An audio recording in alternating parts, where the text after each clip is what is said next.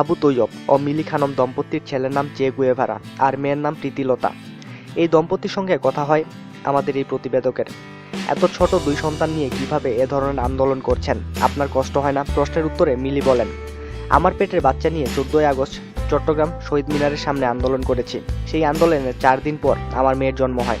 সুন্দরবন রক্ষার জন্য আরও কষ্ট করতে আমার কোনো সমস্যা হবে না। নিজের সন্তান ও দেশের নাগরিকদের সুন্দর পরিবেশ নিশ্চিত করার জন্য আমাদের এই আন্দোলন। তিনি জানান, তার কোনো রাজনৈতিক দলের সঙ্গে সরাসরি যুক্ত নন। মিলি তৈয়ব দম্পতির বক্তব্য হলো, সুন্দরবন বাংলাদেশ বাঁচায়, তাই সুন্দরবন রক্ষা করা আমাদের দায়িত্ব। সুন্দরবনের কাছে রামপাল বিদ্যুৎ কেন্দ্র স্থাপন করার সিদ্ধান্ত সরকারের সঠিক নয়। মিলি বলেন, বঙ্গবন্ধু কন্যা শেখ হাসিনা ভারতের স্বার্থে কিভাবে এমন সিদ্ধান্ত নিয়েছেন? যে বন বাংলাদেশের প্রাণ, সেই বন কিসের স্বার্থে বিক্রি করতে চাইছেন? কথা প্রসঙ্গে আবু তৈয়ব বলেন, কোনো দেশে ডাস্টবিন হতে দিব না বাংলাদেশকে। সুন্দরবন ধ্বংস হতে দেবে না আমার পরিবার।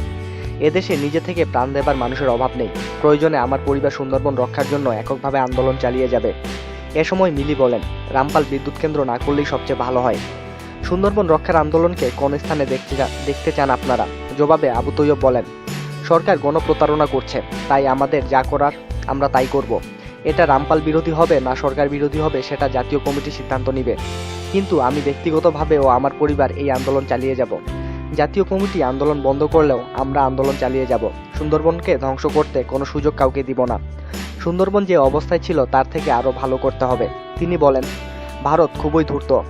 বাংলাদেশের বিরল প্রজাতির প্রাণী তাদের দেশে নিয়ে যাবার জন্য রামপাল কয়লা ভিত্তিক বিদ্যুৎ কেন্দ্র নির্মাণের সরকারকে প্রলোভন দেখাচ্ছে। আর আমাদের সরকার নিজেদের স্বার্থে, ভারতের স্বার্থে জনগণের সঙ্গে প্রতারণা করছে।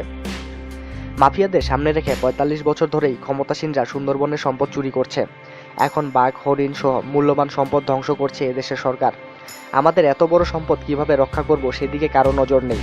ক্ষমতাসীনরা সুন্দরবনকে নিয়ে ব্যবসা করছেন। ছোট চে গুয়েভারার সঙ্গে কথা হয়। সে বলে, আমি চে গুয়েভারা বলছি, সুন্দরবনকে আমি বাঁচাবো।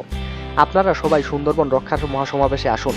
তৈয়ব মিলির সঙ্গে কথা বলে জানা যায়, শুক্রবার বিকেলে রাজধানীর জাতীয় প্রেস ক্লাব থেকে শুরু করে বিজয়নগর শিল্পকলা ও মৎস্য ভবন এলাকায় মাইক হাতে নিয়ে প্রচারণা চালিয়েছে চে গুয়েভারা। এ সম্পর্কে আরও বিস্তারিত জানার জন্য আমাদের সঙ্গেই থাকুন আর সাবস্ক্রাইব করুন।